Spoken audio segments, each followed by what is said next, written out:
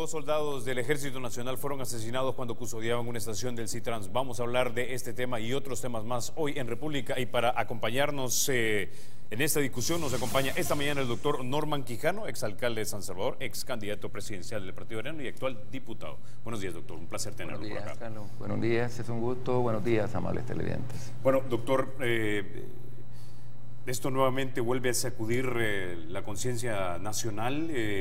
Dos efectivos del ejército asesinados a sangre fría, básicamente, y por la espalda. Sí, justamente ayer regresábamos, Carlos, de una actividad con varios colegas diputados en el municipio de Panchimalco.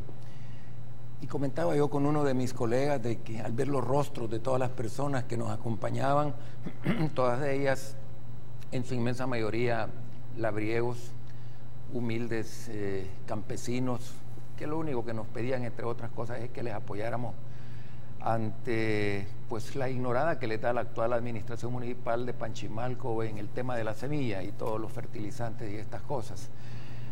Y salía esto a cuenta porque justamente cuando yo regresaba de Panchimalco venía en el vehículo y veía en las redes sociales lo que sucedía en la terminal de Oriente. Da tristeza, Carlos, da tristeza porque es nuestra gente, humildes miembros de nuestra Fuerza Armada, que entran algunas veces porque tienen la aspiración, porque son hijos a lo mejor de ex sargentos o miembros de la Fuerza Armada, o porque no tienen otra alternativa de vida y les gusta también eso. Y entran con la finalidad de servirle a la patria y mueren en una forma tan flagrante, con tanto descaro, con tanto cinismo, con tanto odio, que siente uno una sensación de impotencia, Carlos, y cómo no la sentirán ellos, sus familiares, sus seres queridos. Pero ese es el común denominador en nuestra patria. La tasa de homicidios con este gobierno se multiplicó por 3 o se multiplicó por 4. Es indignante que no tengamos adecuadas políticas públicas en materia de seguridad pública. Es indignante que el presupuesto ha crecido 3, 4 veces, que no es falta de recursos, es la falta de políticas de veras adecuadas, consecuentes, de amalgamar los distintos sectores que podrían ser, diría yo, importantes a la hora de contribuir para poder paliar esta situación. Siempre hay criminalidad en un país, pero no desbordada como la que nosotros estamos sufriendo. Tú ves estadísticas y ves lo que tenían hace 10 años, hace 9 años, hace 8 años en presupuesto, y ves que el presupuesto va creciendo. El mismo titular de la cartera de Seguridad Pública dice que tiene 138 millones de dólares.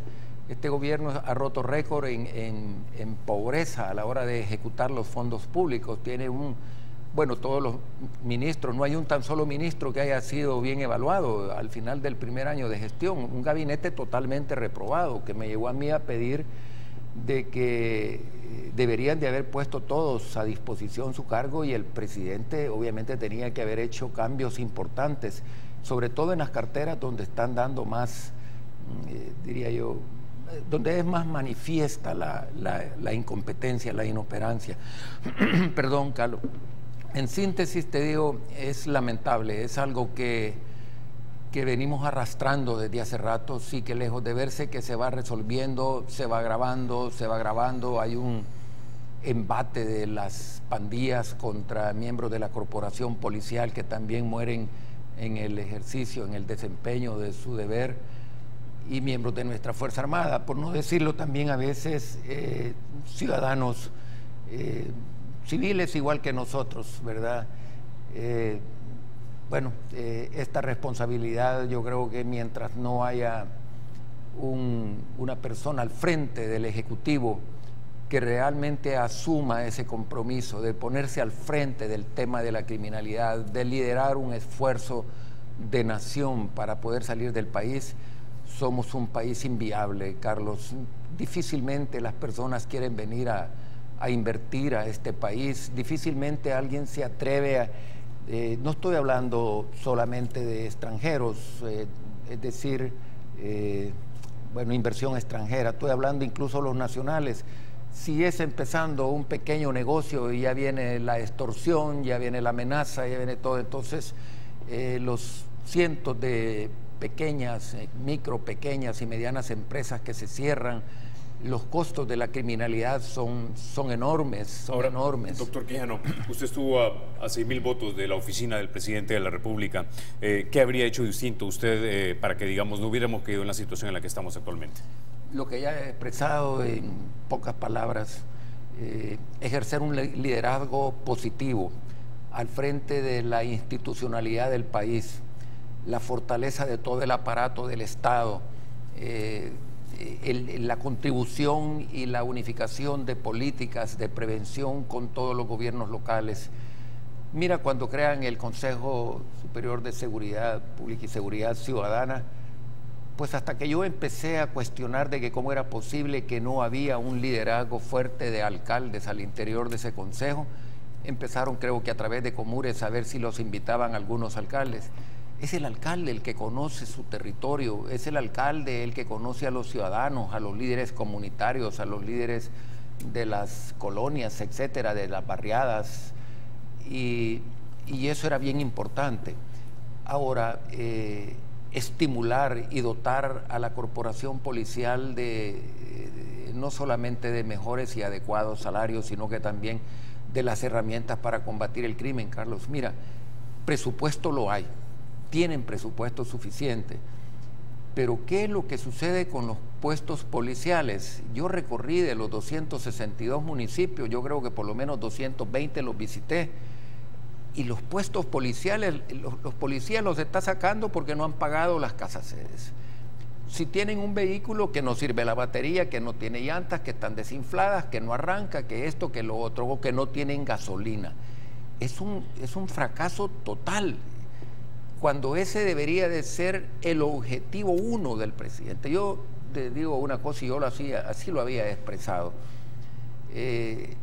La labor fundamental y primordial de un gobierno o de un presidente de la República es preservar la vida de sus ciudadanos, luchar por preservar la vida de sus ciudadanos.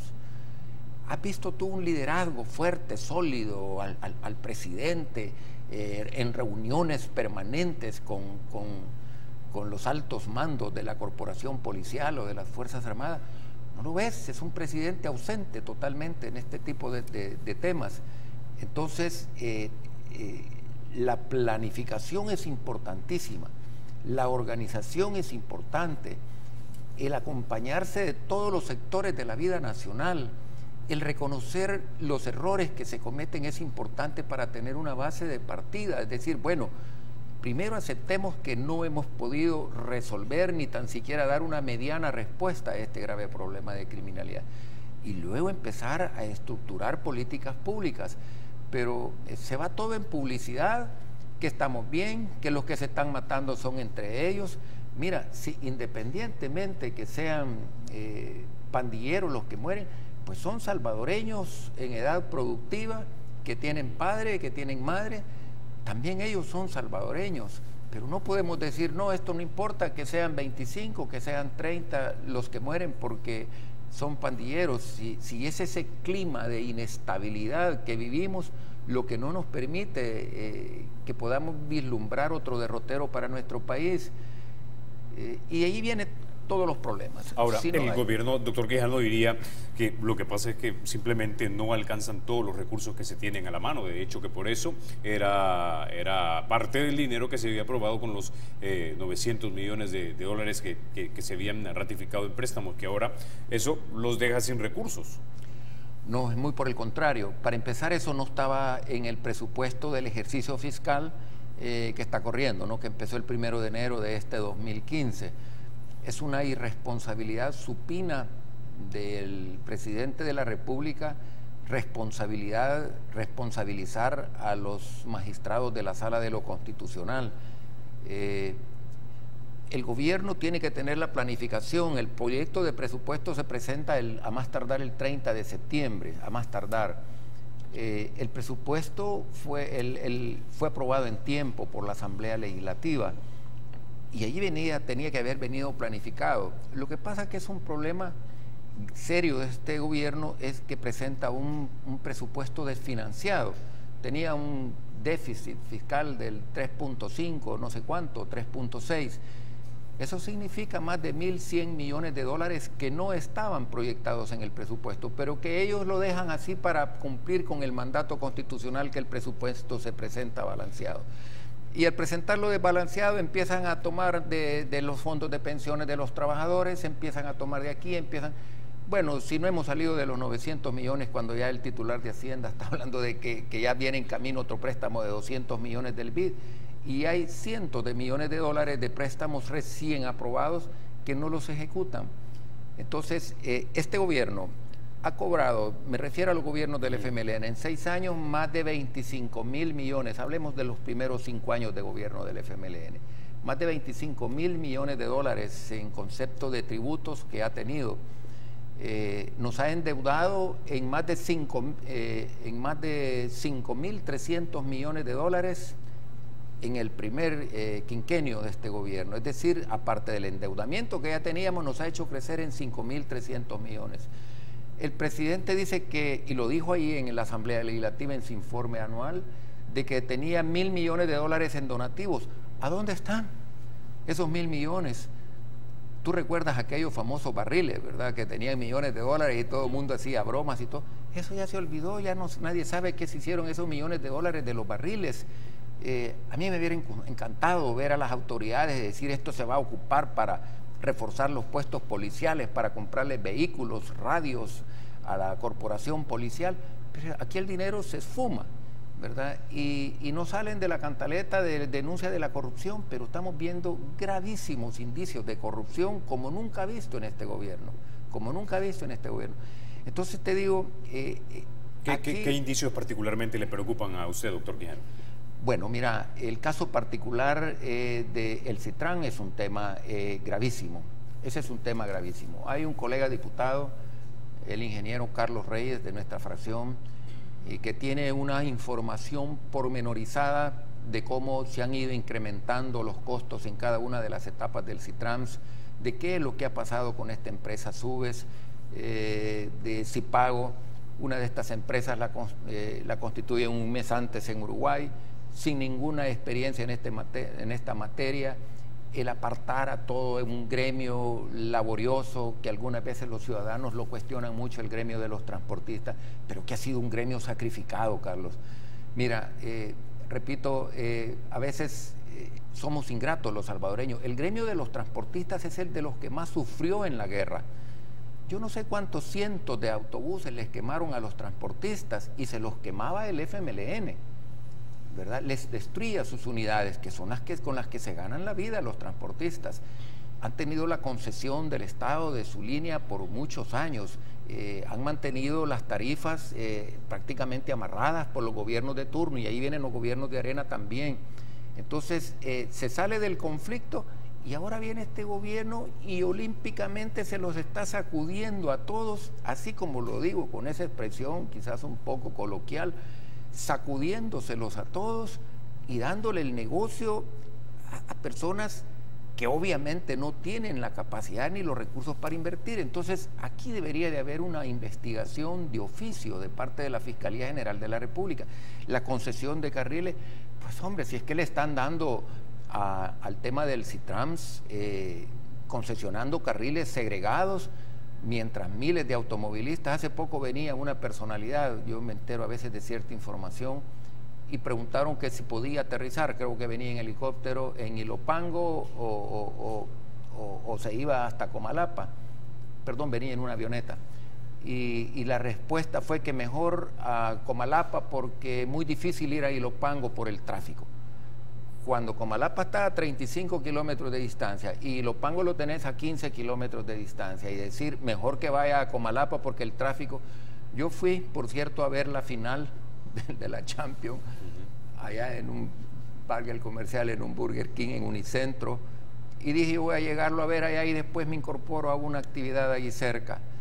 Y sabes que llegué a ver el segundo tiempo, tardé hora 20 minutos un día sábado en la tarde para llegar desde mi casa hasta llegar, y digo yo, esto es como que si yo hubiera dicho voy a ir a Santana a verlo, cuando antes llegabas en 10, 15 minutos a Soyapango, y cuando le digo doctor, ¿y usted vino sábado?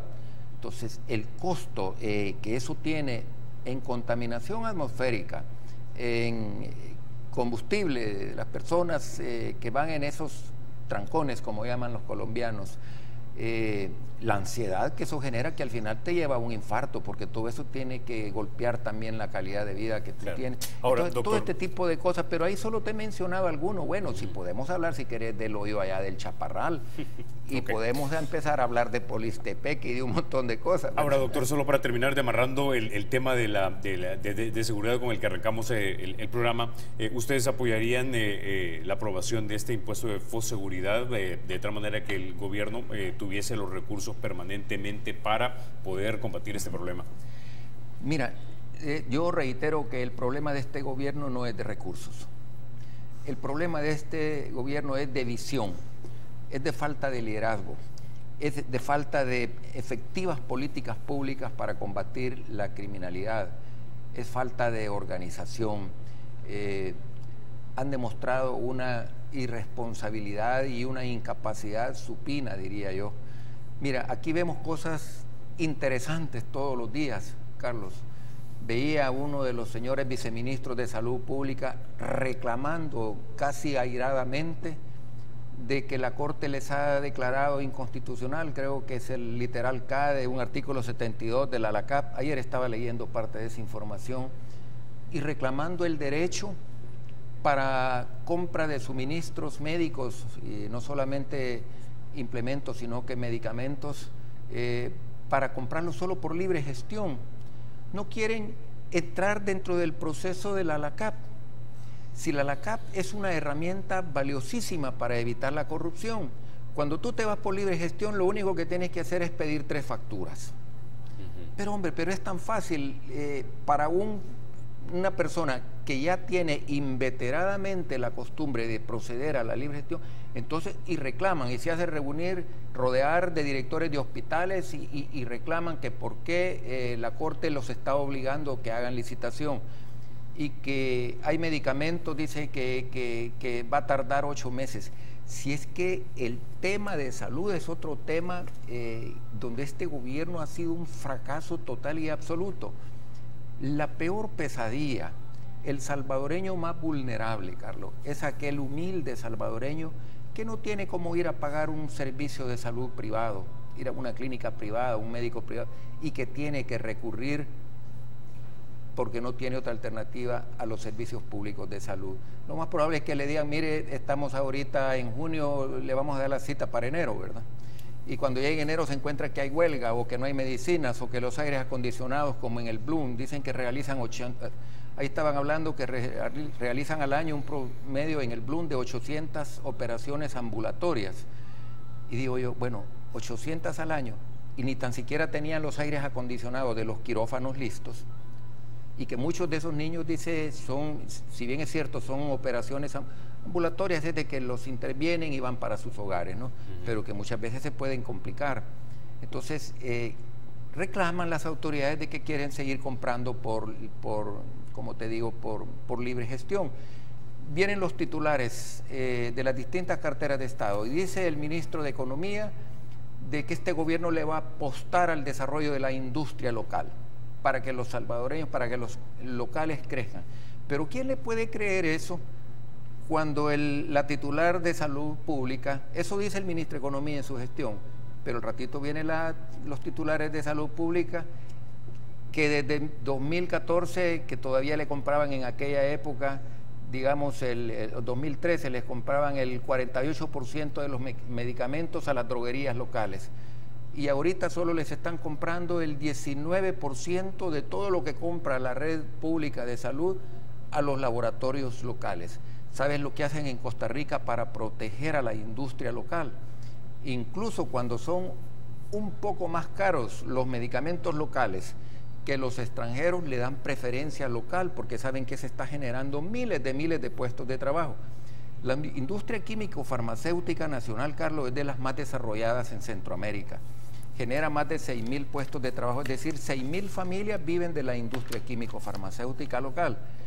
Y cuando tú solo le estás dando el 18% para los locales y prefiriendo a los cubanos por componentes de tipo político ideológico, estás poniendo en riesgo los puestos de miles de compatriotas y desfavoreciendo a una industria que ha sido orgullo nacional, no solamente por la calidad de sus medicamentos, sino que por la forma importante. Bueno, okay. Yo creo que doctor, me están viendo la pausa, pero regresamos y vamos a hablar, vamos a terminar la idea y comenzamos a hablar acerca de lo que está pasando en su partido. Ya volvemos.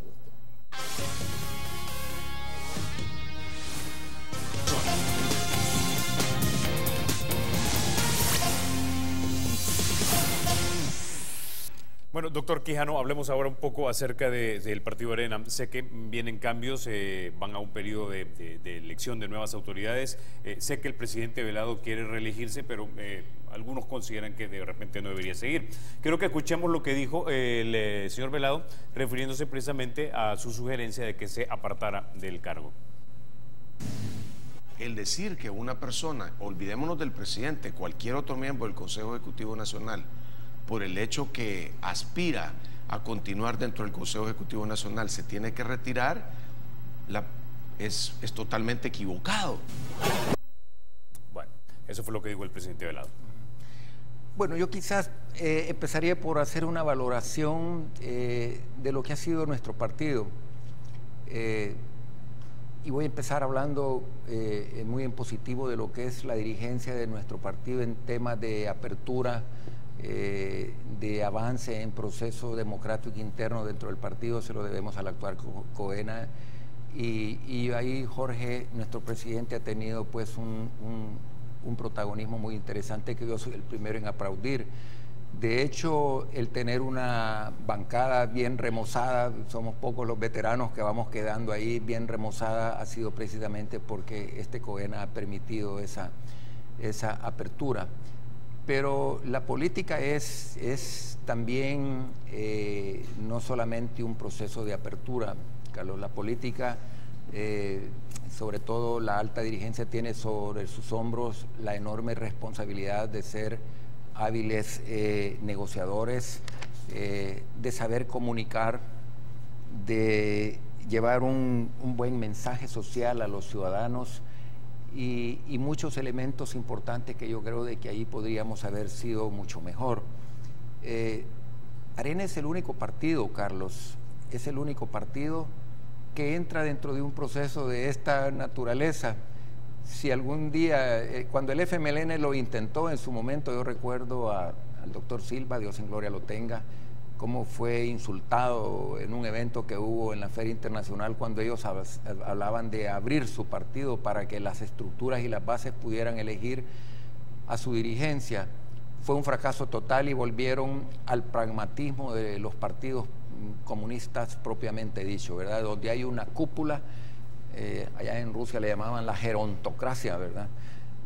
Donde hay una cúpula que decide hacia abajo en forma total y absolutamente vertical. Nuestro partido venía de ser un partido eminentemente vertical, y con este nuevo COENA, pues hoy la base y la estructura tiene la oportunidad de decidir sus nuevas autoridades. Repito, si alguien como este servidor que dice las cosas, a lo mejor a veces no gustan, y si yo fuera del FMLN ya me hubieran expulsado desde hace rato del partido. Ahora, doctor, ya me hubieran llamado para... Usted comentaba que algún sector de las bases le habían dicho a usted que querían cambios en el COENA. La pregunta es ¿por qué quieren los cambios? Es decir, este partido ganó esta elección legislativa, obtuvo más diputados, obtuvo más votos, obtuvo también una buena cantidad de alcaldías, obtuvo 35 diputados, que creo que ningún partido los tenía desde 1995 más o menos, o 94, debo decir. Sí. Bueno, pero también han habido aspectos dentro de la dirigencia del partido que yo creo de que tienen o corregirse o cambiarse.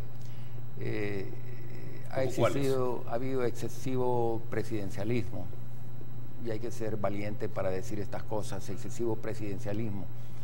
El COENA tiene que también tener un liderazgo sólido, firme.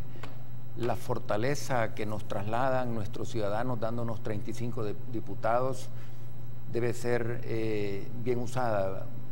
Yo no recuerdo una frase del presidente Reagan de que el fortalecer militarmente a los Estados Unidos, decía él, estoy tratando de hacer un símil, fortalecía, la fortaleza militar de los Estados Unidos inhibía a sus enemigos, a sus adversarios.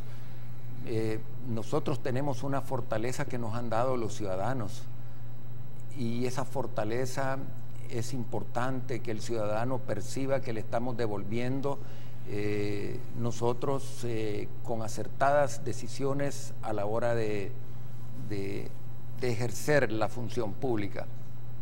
Yo considero de que el hecho de que exista esta oportunidad es importante porque va a permitir, así lo entiendo yo, aunque por el momento el único que ha expresado con toda claridad es el licenciado Jorge Velado, nuestro presidente, porque los demás solo se animan.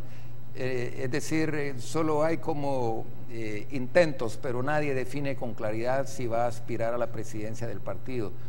Yo lo he dicho con toda claridad porque me siguen mencionando que estoy allí y aclaro que la visita de ayer a Panchimalco con varios diputados era para celebrar el Día del Padre con todas nuestras bases del municipio. No tenía ningún propósito proselitista, pero sería importante que pudieran surgir más personas con la intención de liderar el partido. ¿Usted quiere ser presidente del COENA, doctor? No, Carlos, y por eso lo he mencionado. Y lo he dicho con toda claridad, yo no tengo el más mínimo interés en presidir el partido. Lo que sí tengo mucho interés en que las decisiones que tome el Consejo Ejecutivo Nacional tengan un soporte de toda la estructura del Consejo Ejecutivo Nacional. Yo acabo de pasar un proceso bastante difícil, tú sabes el tema de la alcaldía de San Salvador, que alguien dirá por qué lo está tocando. Pues hombre, ese tema quizás es atinado que lo mencione porque cuando tú ejerces un cargo de elección popular, tú te rodeas de muchas personas, de cientos de personas, estiman ya en aproximadamente 600 personas según información no oficial que yo tengo, reitero, no oficial, que han puesto a disposición su cargo, que por A o B circunstancias o porque los han presionado, lo que fuere, han tenido que dejar sus cargos dentro de la actual administración de San Salvador. Esas son 600 personas que le sirvieron lealmente a la institución, a la alcaldía. Esas son personas que me acompañaron durante 6 años, trabajando casi de lunes a domingo. Son personas valiosísimas y que llegaron a creer en este servidor. Y cuando una decisión un poco abrupta, que irrespeta los mismos lineamientos que la misma dirigencia del partido había dado para escoger a los candidatos a los gobiernos locales, porque yo me sometí a ese proceso, ¿no? Ahora, entonces hay que mencionarlo, que efectivamente usted fue reelecto como alcalde, corría por ese periodo, por un periodo más, también se sometió al proceso interno del Partido Arena, pero me llamó la atención lo que usted dijo, excesivo presidencialismo. ¿Usted le adjudicaría la responsabilidad de la decisión de separarlo de la candidatura para San Salvador y la posterior pérdida de la alcaldía de San Salvador a esa decisión que se tomó en el seno del COENA? Nosotros perdimos la alcaldía de San Salvador y yo ni tan siquiera tuve la oportunidad, y de nuevo uso un lenguaje colonial, de disparar ni un tan solo tiro para la defensa de una gestión que había sido exitosa, que más del 90% de los capitalinos dijeron que había sido una decisión equivocada de la dirigencia del partido, y tuvimos que entregar un baluarte dentro de lo que es los gobiernos locales a una persona que viene con mucha aspiración y que obviamente el partido tiene que volver a hacer un esfuerzo mucho más grande probablemente que el que yo hice. Antes de que entráramos a cámara tú me preguntabas que si ya me había acostumbrado y yo te decía que estaba en un proceso de adaptación por muchas circunstancias. Yo fui diputado cuando éramos gobierno, es decir, fui diputado de gobierno, ahora he regresado como diputado de oposición. El rol es distinto, es totalmente distinto, son dos cosas, bueno, diferentes. Y yo te decía que cuesta entrar porque la dinámica es otra. El alcalde, y sobre todo de San Salvador, tiene que estar en la toma de decisiones minuto a minuto, minuto a minuto. yo ahora puedo estar tranquilo en el gimnasio a las 5:30, 6 de la mañana y no tengo ninguna llamada, y la primera llamada la empiezo a recibir a las 8:30 de la mañana. Yo tenía la llamada del coronel Cáceres: doctor, ha pasado esto, doctor, tenemos este problema. Cuando no eran llamadas, cuando había tormentas, tempestades, a la 1 de la mañana: doctor, ya tenemos alerta amarilla en la comunidad Minerva, tenemos problema en el Granjero, tenemos problema en esto, ya tenemos inundación en tal lugar, y yo a la 1, 2 de la mañana arriba, mis impermeables, mis botas, y al trabajo a la 1, 2 de la mañana. Eso es hermoso, y eso no lo puedo hacer ahora, ¿no? Eso no lo puedo hacer nada. Eso es hermoso porque te proyecta con la ciudadanía. Así es que lo que te puedo decir es de que el haber perdido, y aquí quizás para cerrar, si es que no tiene otra pregunta de esta naturaleza, pues haber perdido ciudades importantes como Mexicanos, como Soyapango,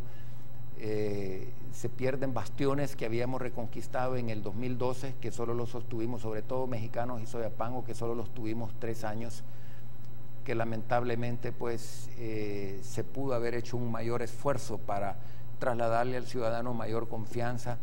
Tuvimos 2 grandes candidatos para la alcaldía de Soyapango y para Mexicanos, José Andrés en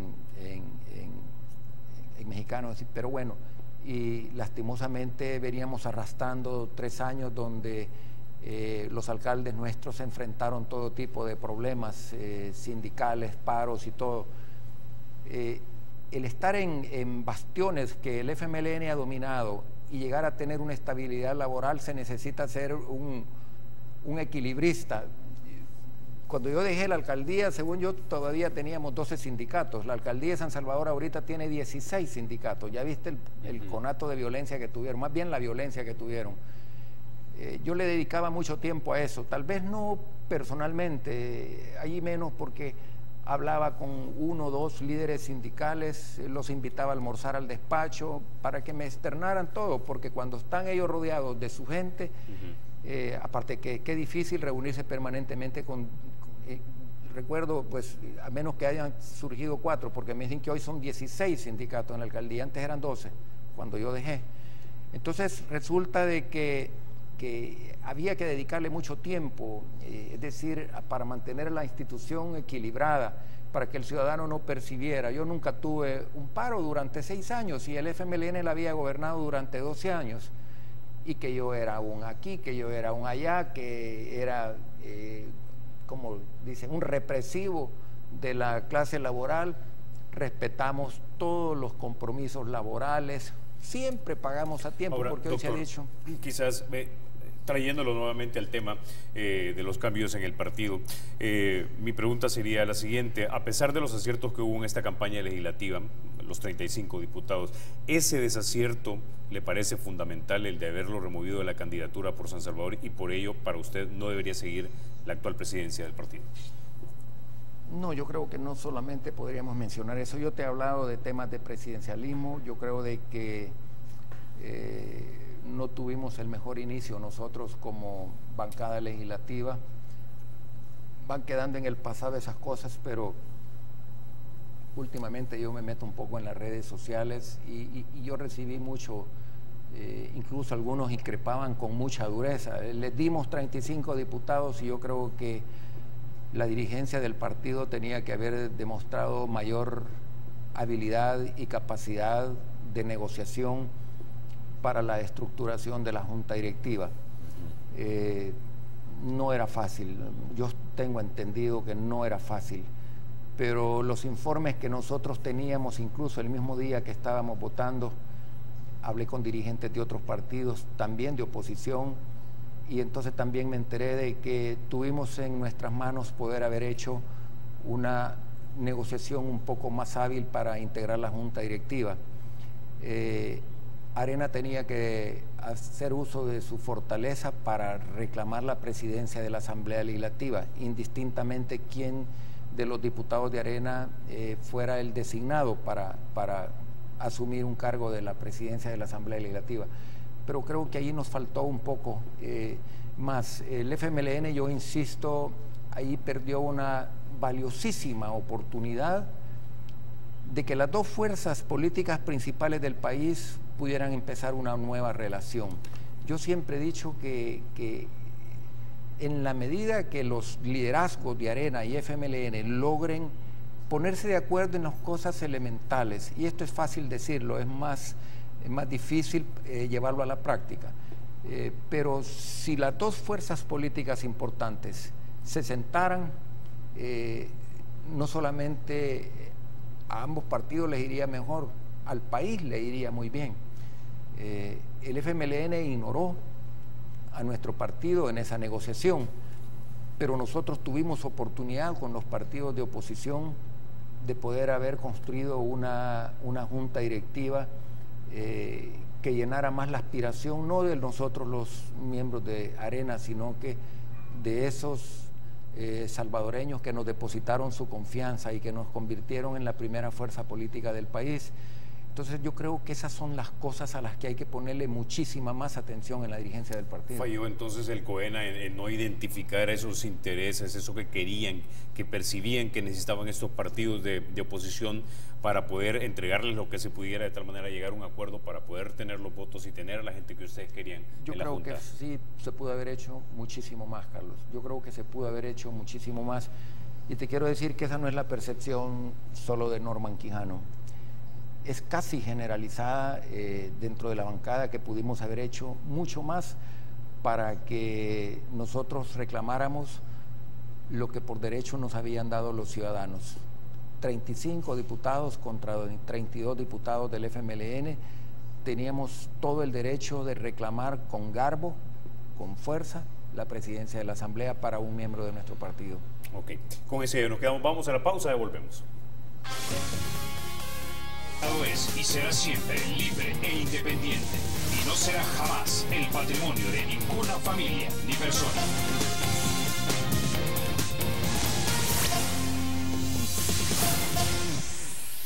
Bueno, doctor Quijano, entiendo que usted es bastante crítico, digamos, del actual COENA, pero también usted tiene sus propios críticos. Uno de ellos es el alcalde de Ilopango, el señor Salvador Ruando, que decía, bueno, entre los 5 candidatos, 5 nombres que se mencionan, yo preferiría cualquiera de todos ellos menos al doctor Quijano. Ya he aclarado que yo no tengo ninguna aspiración de ser el presidente del partido, así es que está de más ese tipo de expresión. Ayer leía bastante antes de acostarme y estaba leyendo sobre la vida de Napoleón Bonaparte, y Napoleón Bonaparte decía que un hombre de Estado debe de tener, decía, el corazón en la cabeza. Cuando yo escucho esas expresiones, pues yo traigo mi hígado y mi corazón a mi cerebro. Es como una extensión de la expresión de Napoleón Bonaparte. Y ante expresiones de esa naturaleza, que soy un perdedor, pues jamás me he considerado un perdedor. Dejé la alcaldía por la puerta del frente con amplios niveles de aceptación. Llegué a la Asamblea Legislativa siendo el diputado más votado a nivel nacional con 143.350 marcas, lo cual es un refrendamiento de la confianza que yo agradezco profundamente. Pero aún así,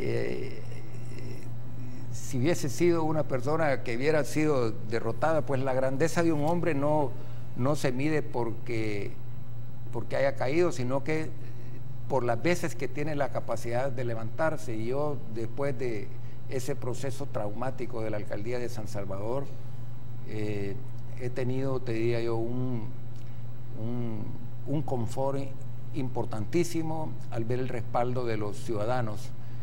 Y eso me da como una carta de presentación para comprometerme cada día más con mi país, con mi partido, porque te quiero, antes de pasar a otra cosa, decirte, no es cierto que haya división en el Partido Arena. Podemos tener diferencias de opinión, yo no soy enemigo ni de Salvador, ni de Jorge Velado, ni nadie. Podemos tener diferentes enfoques, podemos tener diferentes criterios, seguimos siendo hermanos, estamos en el mismo barco. Algunos verán con preocupación ante tan graves problemas que atravesamos con el actual gobierno que se den este tipo de expresiones. Yo creo que el salvadoreño tiene que acostumbrarse que en Arena es una arena dinámica, y por eso empecé reconociendo logros importantes del actual Consejo Ejecutivo Nacional. y el salvadoreño y esa amplia base mayoritaria de salvadoreños que respaldan a nuestro partido deben de tener la total y absoluta confianza que en Arena no hay ninguna división, y eso lo digo con toda propiedad. Diferencia de criterio, como ya te he expresado, pero que todos estamos conscientes de lo que nosotros representamos para el país. 35 diputados hábilmente liderados por el ingeniero Alberto Romero y por Milena Descalón, con sobrada experiencia para estar al frente de la fracción, obedientes todos, quizás la palabra no guste, pero todos muy responsables, siguiendo el liderazgo de nuestro jefe de fracción, de nuestra subjefatura de fracción, discutiendo con mucha franqueza al interior de la fracción los problemas. Nos acompaña el presidente de nuestro partido, el licenciado Velado, y ahí decimos un montón de cosas y todo, pero cuando ya vamos al pleno, Arena va sólido, va unido. Yo no tengo en lo personal absolutamente nada contra nadie de la dirigencia de mi partido. Sí considero de que es importante siempre la oportunidad de renovación, de refrescamiento, y esa es la oportunidad que ahora hay, y serán las bases y las estructuras las que van a decidir si se da o pues seguimos con la misma dirigencia. Y una vez pasado el tema de la decisión del nuevo Consejo Ejecutivo Nacional, de nuevo vas a ver a una fracción unida, una fracción responsable. Ahora, doctor, déjeme detenerlo en ese momento, porque eso que usted me describe de repente como el dinamismo, el pluralismo de opiniones, de repente por otros partidos políticos, tal vez de manera sincera o interesada o maliciosa, lo interpretan de manera distinta. Quiero que escuchemos lo que dijo la presidenta de la Asamblea Legislativa, Lorena Peña, cuando se trataba acerca de si se puede o no se puede conversar con el partido de Arena. Escuchemos. Los de Arena dijeron aquí en el pleno que esa sentencia lo que indica es que hay que negociar con Arena. Mire, es bien descarada la posición, ¿verdad? Porque ya es decir, esa sentencia los va a traer a mis brazos, cuando ellos están todos divididos y no hay ni con quién hablar ahí, pues. Si ellos están divididos, no son una contraparte válida. No se sabe si con Velado, si con Mason, si con Quijano, si con Ana Vilma. Son una desgracia ahorita de divisiones. Bueno, duras las palabras de Lorena Peña. Sí, bueno, yo creo que ya he dado respuesta de eso. Pues sí, hay con quién hablar. A nivel de la Asamblea Legislativa, acabo de hablar del ingeniero Romero y Milena. Sí es un tema eminentemente de fracción, liderazgo fuerte, sólido, también acompañado de experiencia en las distintas comisiones, y la dirigencia de nuestro partido, que es una dirigencia total y absolutamente legítima. Reitero eso, total y absolutamente legítima, con quien poder dialogar. Aparte que ella inicia, disculpa la redundancia, a partir de una premisa falsa de decir de que a través de la resolución de admisión del recurso de la Sala de lo Constitucional era una expresión de un diputado de que eso lo que estaba pidiendo era que negociáramos. Quien está pidiendo que negociemos y que hablemos, las fuerzas políticas mayoritarias, son los ciudadanos. Lo dicen a cada momento, que ya basta de confrontación y que tenemos que buscar la forma como entendernos, y yo creo que esa posibilidad nunca la vamos a renunciar. Ok, ahora, en ese punto precisamente, ya que nos empezamos a meter en la parte ya de negociaciones políticas dentro de la Asamblea, es obvio que este gobierno del profesor Sánchez Serén va a necesitar esos 800 millones de dólares o 900 millones de dólares, pero no creo que logren juntar todo el dinero solamente de readecuar o reorientar fondos. Van a tener que en un momento dado negociar con ustedes. ¿Qué pedirían a cambio para poder ratificar préstamos en la Asamblea, por ejemplo? Bueno, ya se ha hablado de la parte fiscal, ¿verdad? Llegar a un acuerdo en esa naturaleza, establecer prioridades, a qué le vamos a apostar más en cada petición de mayor endeudamiento, cuáles son los compromisos que se van a adquirir en esta materia, porque yo te decía que solo en los primeros 5 años de gobierno del FMLN se le dieron más de 5.300 millones de dólares en préstamos, y tú no ves nada. De esos 5.300 millones no ves nada. Decir, hombre, aquí se hizo esto, se hizo tal cosa. la red vial del país, las carreteras del país las construyó desde administraciones anteriores, más nuestro partido Arena, que hizo una labor importantísima en materia de conectividad vial. El aeropuerto se está convirtiendo en el peor aeropuerto de la región cuando tuvimos la oportunidad de convertirlo en el mejor aeropuerto por su ubicación geográfica y todo. No, lo único que hicieron es cambiar, da pena nuestro aeropuerto. Cuando yo he pasado por Costa Rica hace 15 años, el aeropuerto Juan Santamaría, yo decía, ¿cómo los ticos teniendo tanto turismo no le han puesto atención a su aeropuerto? El aeropuerto de Costa Rica ahora nos saca años luz en 10, 15 años, y en aquella época era mejor el nuestro. Los hondureños creo que ya están haciendo el de Palmerola, yo creo que ya están trabajando en eso. El aeropuerto La Aurora de Guatemala, sin haber destruido lo anterior, que tenía mucho rasgo con arquitectura tipo colonial, como te puedo decir.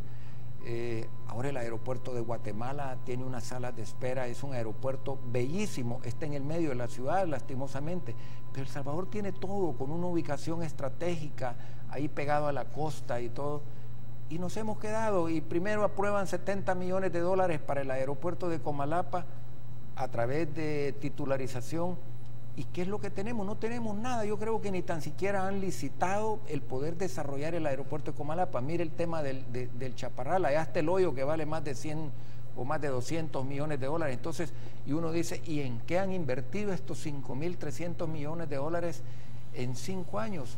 Pues no se ve esa plata. Cuando yo era diputado en el periodo anterior, nunca el FMLN daba votos para préstamos, y el argumento era que teníamos un endeudamiento de 40% con relación al Producto Interno Bruto. Y no habían votos y no habían votos. Eso rezagó la construcción de los hospitales, los 5 más grandes del país dañados desde los terremotos del 2001. No los pudo construir la administración de Arena, los tuvo que empezar a construir el presidente Saca ya casi al final de su mandato, cuando había sido en la administración del presidente Flores los terremotos en el 2001, sencillamente porque el FMLN no dio los votos y al final los terminaron construyendo ellos.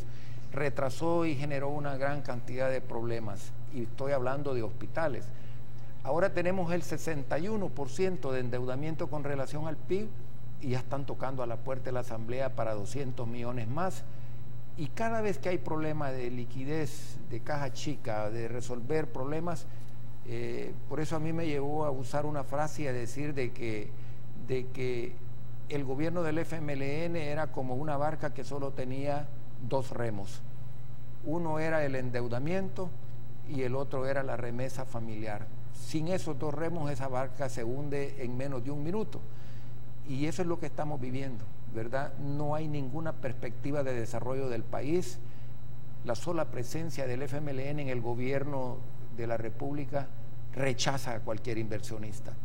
Rechaza a cualquier inversionista. Doctor, se nos acabó el tiempo. No me resta más que agradecerle que haya usted estado aquí esta mañana en República. Carlos, muchas gracias por la invitación. Pasen buenos días, amigos televidentes. A ustedes, amigos, los espero mañana entonces a las 6:30 de la mañana. Recuerden, la República es de todos. Hay que cuidarla.